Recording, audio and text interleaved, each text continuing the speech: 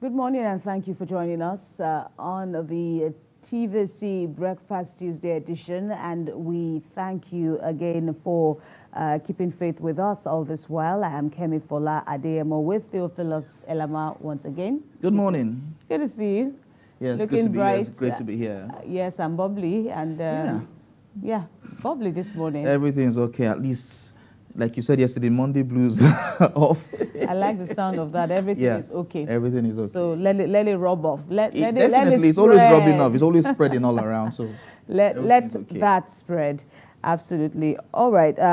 So many serious discussions before us this morning, and one of them is as we continue to monitor the developments in Kaduna State, where reports emerged again, this time on Monday, that armed bandits reportedly attacked another community within Kajuru local government area of the state, abducting at least 87 individuals.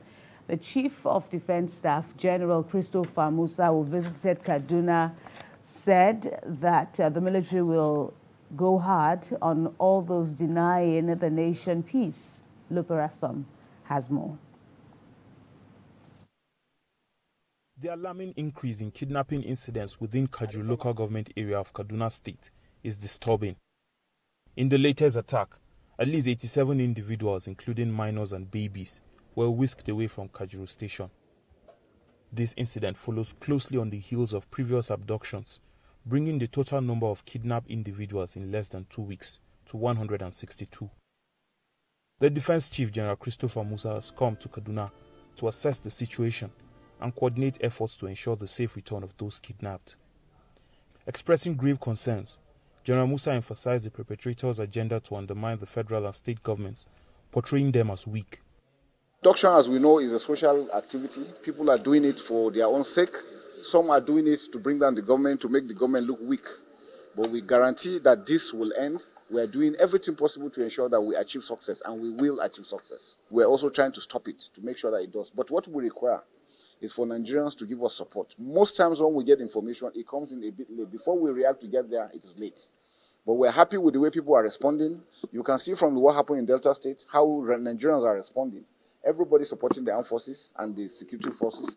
That is what will ginger the troops to continue to do more. He issues a stern warning to the perpetrators, reaffirming the military's unwavering commitment to safeguarding citizens. But you, the parents, we know you have been spending sleepless nights. We equally are doing the same. We are with you in this. I will continue to be with this. And Your Excellency, want to assure you that we will put in everything possible. We are making some adjustments to ensure that Kaduna is secured, the Northwest is secured, Nigeria is secured. Because everybody is tired of what's going on. And for those individuals that have sworn that there will be no peace, they will have no peace. We will ensure that we follow them up wherever they are. And those ones that are sponsoring them and encouraging them to do the same, for their own good, they should stop. Here in Kaduna, like I said, we are doing everything so that we protect the lives and properties of our citizens. Because we believe the protection of life and properties of our citizens is the most important responsibility of our government. As efforts intensify to address the crisis, the collective determination to restore peace and security in Kajuru and beyond remains steadfast. Luperasom, TVC News, Kaduna. All right. Now, that is yet another dimension to the burden of insecurity in the country as we speak. Kaduna State in the news once again. Was it last week or thereabout? There had been, of course, we all know how Kaduna State has been battling with its own replica of insecurity, especially kidnappings. Over the past few days now, and 86 abducted in this fresh attack. The previous one before that, there were reports that no communication had been made yet between the abductors and the families. From the abductors, that is, to the families of the captives, at least to get to know on the part of the families, who of course will be expectant and worried about their loved ones. At least let's know their condition, let's know their state of health, and let's know what to do. but there had been that lack of communication, and now this latest episode. Yes, this latest episode is quite worrisome. It now looks like, or it always looks like we do not plan ahead of the situation. I'm sure that there must be some form of intelligence or the other that would have worked on to avoid these kinds of abduction. Like you said earlier, Kaduna State it has had several shares of abductions and insecurity, and it's not just in Kaduna State, we have in other states as well. Like we mentioned last week in Kaduna, then also we had yesterday where it happened, of course, in the Niger Delta and other parts of the country as well. It's becoming a worrisome trend because we do not know anywhere that is safe again. Because if it can happen several times in several states, and so far so good, nothing concrete has been done, was a lot of other states. So it's important that as individuals, as security operatives, as state governments, we need to be on the lookouts.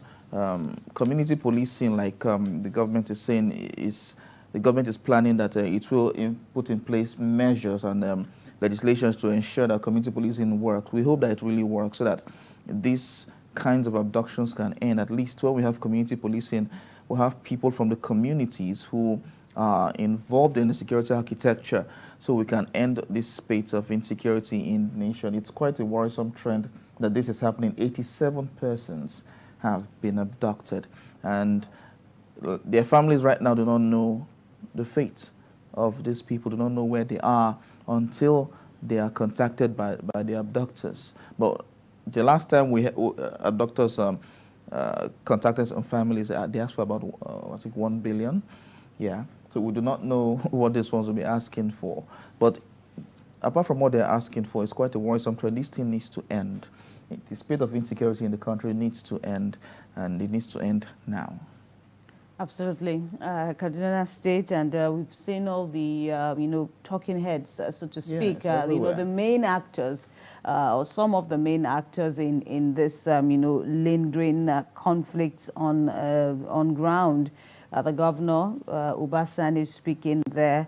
We also saw the Chief of Defense Staff, General Christopher Musa, indeed talking tough, making yet another visit to Kaduna State to assure the people that the army is indeed on top of the situation. And, we're just speaking about, the spate of attacks, the spate of kidnapping. It's beyond talking tough, actually. Right, including the abduction of hundreds, hundreds of school children, more than 280 or thereabout in Kaduna State. And as we speak, no word other than the few in number that were able to escape at the onset. And of course, as you were about to hint just now, it's also coming on the heels of, the army also counting its losses, 16, and, losing one soldier is hard. Horrendous when you look at all the dependents and when you look at all the dimensions. But 16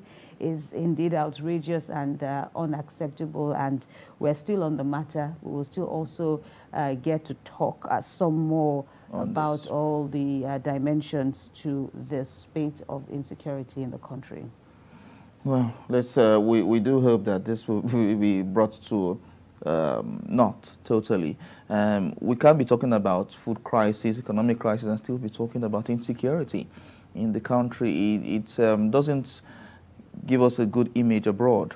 It means that we have to do quite a lot to be able to bring in foreign investments into the country. Even our local investments are not safe, talk less of bringing in foreign investment. So these things need to be handled quickly. Of course, it's also in the newspapers everywhere about the gunmen abducting 87 persons, and of course they broke into several shops during the attack in Kajuru. It's quite heart-wrenching at this point. It's 87 persons. Who knows what's going to happen in the days to come? But like I said earlier, it's beyond talking tough by the military. I understand where they're coming from and the mindsets at this time, especially as regards the issue in Delta State. But we need to do something holistic to end the spate of insecurity in Nigeria. All right.